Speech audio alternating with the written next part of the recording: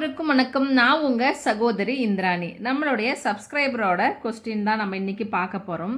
ஏன்னா அவங்க ரொம்ப நாளாக ப்ளீஸ் அக்கா எனக்காக ஒரு வீடியோ போடுங்க அப்படின்னு சொல்லினே இருக்காங்க.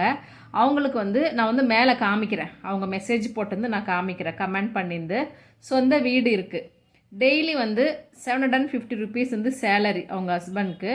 பெட்ரோல் 1500 ரூபாய் ஆகுதுங்களாம். அதுக்கப்புறமா லோனு அப்படின்னு சொல்லிட்டு 3000 ரூபாய், ஃபோன் இஎம்ஐக்காக 3000 ரூபாய் கட்டுறோம் அப்படின்னு சொல்லிட்டு, கோல்டு சீட்டுக்காக ஒரு 1000 ரூபாய் கட்டுறோம் அப்படின்னு சொல்லியிருந்தாங்க. மந்த்லி சீட்டு ஒரு 4000 ரூபாய் சொல்லியிருந்தாங்க. அப்புறம் வீக்லி சீட்டு ஒரு 500 ரூபாய் சொல்லியிருந்தாங்க. ஃபுட்டுக்கு எவ்வளோ செலவாகுதுன்னு சொல்ல நானே ஒரு தோராயமாக ஒரு 3000 போட்டிருக்கேன். கோல்டு லோன் இருக்கான், அது ஒரு 5 லேக் இருக்குது அப்படின்னு சொல்லியிருந்தாங்க. 2 பாப்பா இருக்குது, 2 குழந்தைங்க இருக்காங்க, ஒருத்தர் படிக்கிறாங்க, ஒருத்தர் சின்ன குழந்தை அப்படின்னு சொல்லியிருந்தாங்க.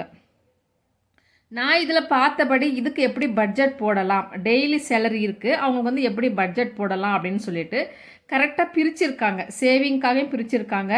மந்த்லி சீட்டு அது எடுத்த சீட்டா இல்லை எடுக்காத சீட்டா தெரியல. இதை பற்றியெல்லாம் கொஞ்சம் நம்ம பார்த்து சொல்ல, மொத்த டோட்டலாக எவ்வளோ செலவாகுது அப்படின்னு பார்த்தோன்னா 16000 ரூபாய் வருது டோட்டல். எவ்வளோ செலவு அவங்களுக்கு. இதில் 5 லட்ச ரூபாய் கடன் இருக்குது. இதை பார்த்தா எனக்கு ரொம்ப பயமாக கவலையாக இருக்குன்னு. கவலையே பட வேணாம் சிஸ்டர். நம்மளை இப்போ பிரச்சனை அப்படின்றது எல்லாருக்குமே இருக்குது, யாருக்கும் பிரச்சனை இல்லாமல் இல்லை. அதை எப்படி சால்வ் பண்ணணும் அப்படின்னு சொல்கிறது தான் இருக்குது. இப்போ அவருக்கு 750 ரூபாய் அப்படின்னா 30 நாளைக்கு 22,500 ரூபாய் ஆகுது அவங்களுடைய பேமெண்ட்டு. ஏன்னா 30 நாள் அப்படின்னா 30 நாளுமே வேலை இருக்கிறது இல்லை. ஒரு 5 நாள் நம்ம மைனஸ் பண்ணிக்கலாம், சண்டே கூட மைனஸ் பண்ணிக்கலாம். எப்பயாச்சும் லீவ் இருக்குன்னா சரி மைனஸ் பண்ணிக்கலாம். அது 750 × 25 போட்டிருக்க 19000 வருதுங்க. சரி ஆச்சு. இதான் அவருடைய அமௌண்ட்டு.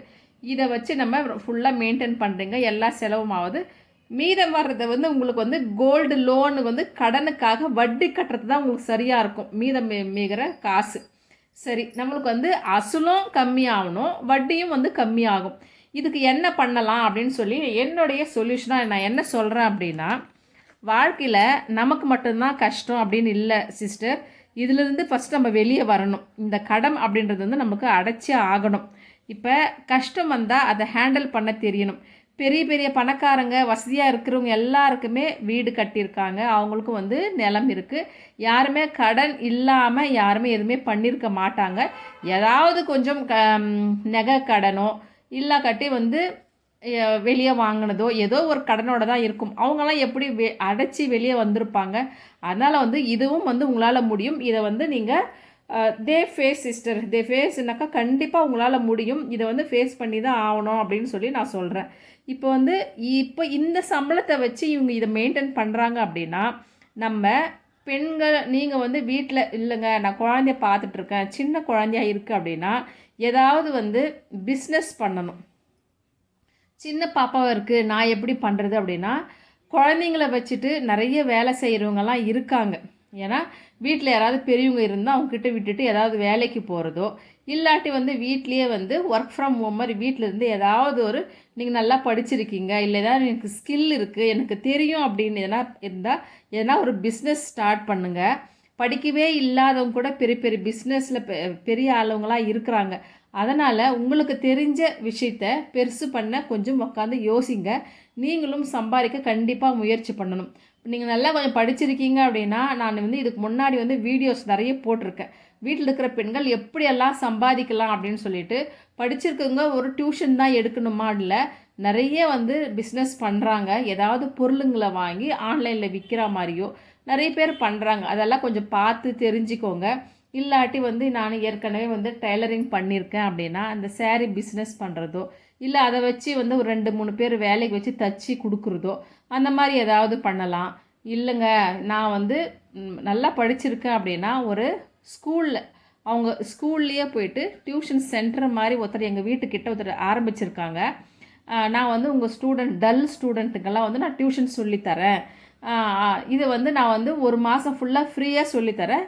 அந்தவருடைய குழந்தை இம்ப்ரூவ்மெண்ட் ஆயிருந்துச்சு அப்படின்னா உங்கள் கிளாஸ்லேருந்து அவங்க பேரண்ட்ஸ் கிட்ட பேசி எனக்கு ஒரு கிளாஸ்க்கு ஒரு 3 குழந்தைங்க அந்த மாதிரி நீங்கள் பண்ணி கொடுங்க அப்படின்னு சொல்லி ஃபஸ்ட்டே பேசிவிட்டு இது வந்து ஒரு இதுவாக பண்ணியிருக்காங்க. எங்கள் வீட்டுக்கிட்ட ஒருத்தர் வந்து ஸ்டார்ட் பண்ணியிருக்காங்க.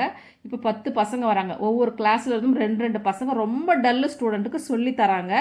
அந்த மாதிரி நிறைய விஷயங்கள் இருக்குது. நம்மளுக்கு வந்து நம்ம வீட்லேயே இருக்கோம், எதுவும் தெரியறதில்ல. இல்லை உங்களுக்கு தெரிஞ்சுக்கிட்டுங்க, சொந்தக்காரங்க ஃப்ரெண்ட்ஸுங்கிட்ட பேசிவிட்டு உங்கள் குழந்தை என்கிட்ட விடுங்க, நான் சொல்லித்தரேன். வெளியே கொடுக்குற காசில் எனக்கு ஒரு ஒரு 100% இல்லை கூட ஒரு 75% வந்து எனக்கு அந்த மணி கொடுங்கன்னு கேட்டு ஏதாவது ஒரு பண்ணலாம். உங்ககிட்ட பிஸ்னஸ் இருந்துச்சு அப்படின்னா எல்லாமே நீங்கள் சால்வ் பண்ண முடியும். யோசிங்க, உங்களுக்கு என்ன திறமை இருக்குன்னு பார்த்துட்டு அதிலிருந்து என்ன பண்ணலாம் அப்படின்னு யோசிங்க. ஏன்னா இவர் சம்பாதிக்கிற சம்பாத்தியம் வந்து இதுக்காக இதை மெயின்டைன் பண்ண மட்டும்தான் சரியாகும். இந்த கடன் அப்படின்றத அடைக்கிறதுக்கு நீங்கள் 2 பேருமே சேர்ந்து பார்ட் டைம் ஜாபாக நீங்களே வீட்டிலேருந்தே ஒரு பிஸ்னஸ் ஸ்டார்ட் பண்ணி அதிலிருந்து பண்ணிங்க அப்படின்னா இந்த காலத்தில் ஒரு சம்பளத்தை வச்சு மெயின்டைன் பண்ணவே முடியாது. கண்டிப்பாக 2 சம்பளம் இருக்கணும். வேறு வருமானம் வந்தால் மட்டும்தான் நம்ம மெயின்டைன் பண்ண முடியும். உங்களுக்கு புரிஞ்சிருக்கும்னு நான் நினைக்கிறேன். இந்த டிப்ஸ் வந்து கொஞ்சம் யூஸ்ஃபுல்லாக இருக்குங்க.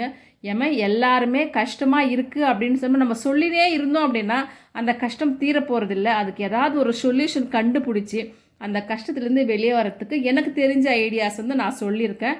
ட்ரை பண்ணி பாருங்கள். பிடிச்சிருக்குன்னு லைக் பண்ணி சப்ஸ்கிரைப் பண்ணிக்கோங்க.